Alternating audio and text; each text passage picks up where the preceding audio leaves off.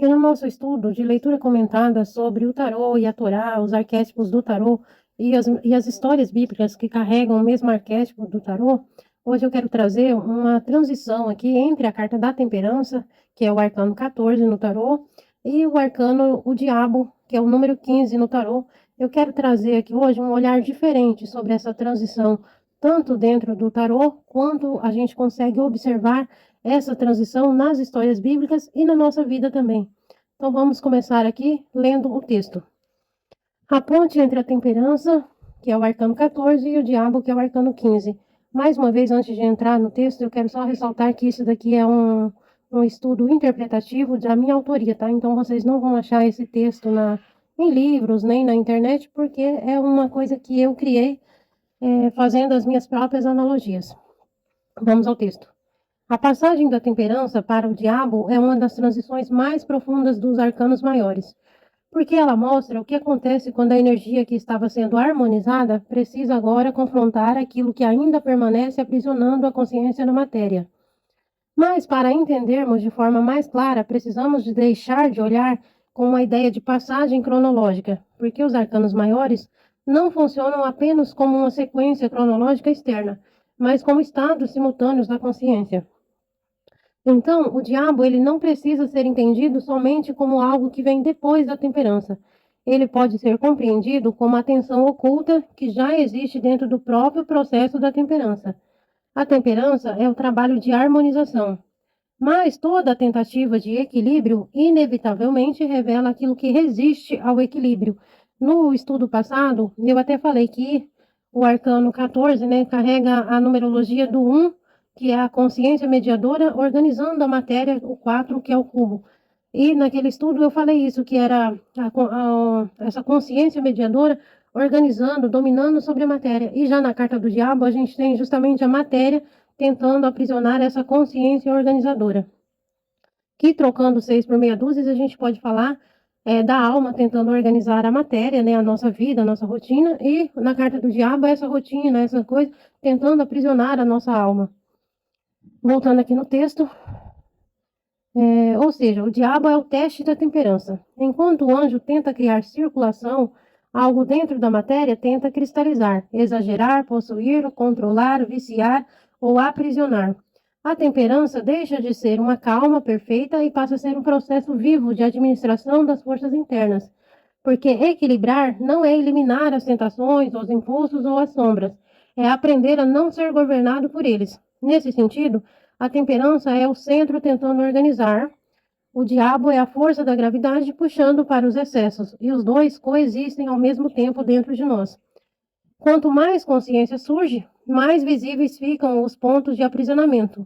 Por isso, muitas pessoas, durante processos profundos de crescimento espiritual ou psicológico, começam a perceber compulsões antigas, padrões destrutivos, dependências emocionais, necessidade de controle, vícios sutis, orgulho espiritual, obsessões, fuga da realidade. E tudo isso não é porque a pessoa piorou, mas porque agora existe luz suficiente para enxergar. Isso conecta perfeitamente com a letra Samik, que é a letra da temperança, a letra hebraica que representa a carta da temperança no sistema da Golden Dawn. Porque Samik é o suporte invisível da temperança. Não serve apenas para manter a serenidade, ela serve para sustentar a consciência enquanto ela atravessa o confronto com as suas próprias forças internas. A travessia acontece no meio da tensão, e talvez essa seja uma das leituras mais profundas dessa passagem. O diabo não interfere, não interrompe a temperança. Ela revela porque a temperança é necessária. E vamos mais uma vez conectar essa passagem também com a Bíblia. O arquétipo da temperança e do diabo, eles não aparecem apenas como oposição moral entre o bem e o mal, mas como uma dinâmica viva da própria experiência humana durante processos de travessia da vida, assim como a história bíblica da travessia do deserto.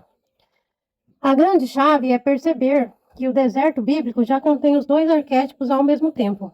Existe sustentação divina, mas também existe o confronto constante com os impulsos mais primitivos da consciência humana. Isso é a temperança e o diabo coexistindo dentro do mesmo processo. No Êxodo, o povo é retirado do Egito, mas ainda carrega o Egito dentro de si. Externamente, houve uma libertação. Internamente, ainda existem medos, apegos, mentalidade de escravidão e impulsividade, desejo de retorno ao conhecido. Por isso, a travessia não é apenas geográfica, ela é psicológica e espiritual. A nuvem e a coluna de fogo representam exatamente o princípio de Samkhya, o suporte invisível sustentando a travessia. O povo está sendo conduzido, alimentado, protegido e organizado. Isso é a temperança, o espírito tentando reorganizar a matéria humana. E onde entra o diabo nesse processo? O diabo aparece justamente nas forças que tentam romper esse alinhamento. Por exemplo, quando o povo deseja voltar ao Egito. Isso é profundamente simbólico. Mesmo sofrendo escravidão, eles desejam retornar ao lugar conhecido, porque a consciência humana muitas vezes prefere o aprisionamento familiar à liberdade incerta. Esse é um dos grandes temas do diabo, o apego às correntes. Não é apenas ser preso, é acostumar-se à prisão. O maná também é um símbolo da temperança. O excesso, como o diabo, o maná é talvez uma das imagens mais perfeitas dessa dinâmica. O alimento vinha diariamente na medida correta, nem excesso e nem falta. Isso é temperança pura.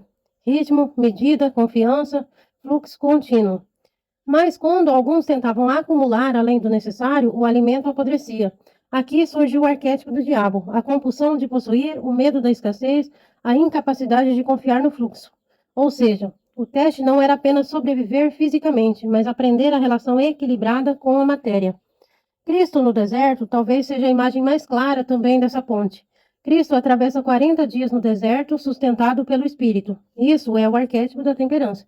Jejum, o centro equilibrado, domínio interior, alinhamento. Mas justamente no meio desse estado surgem as tentações.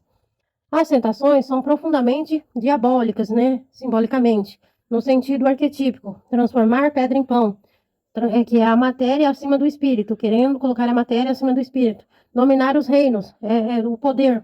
Provar a própria divindade, orgulho, controlar o invisível, o ego espiritual. Perceba que o diabo aparece durante a temperança, não depois dela. O teste acontece no próprio processo de alinhamento.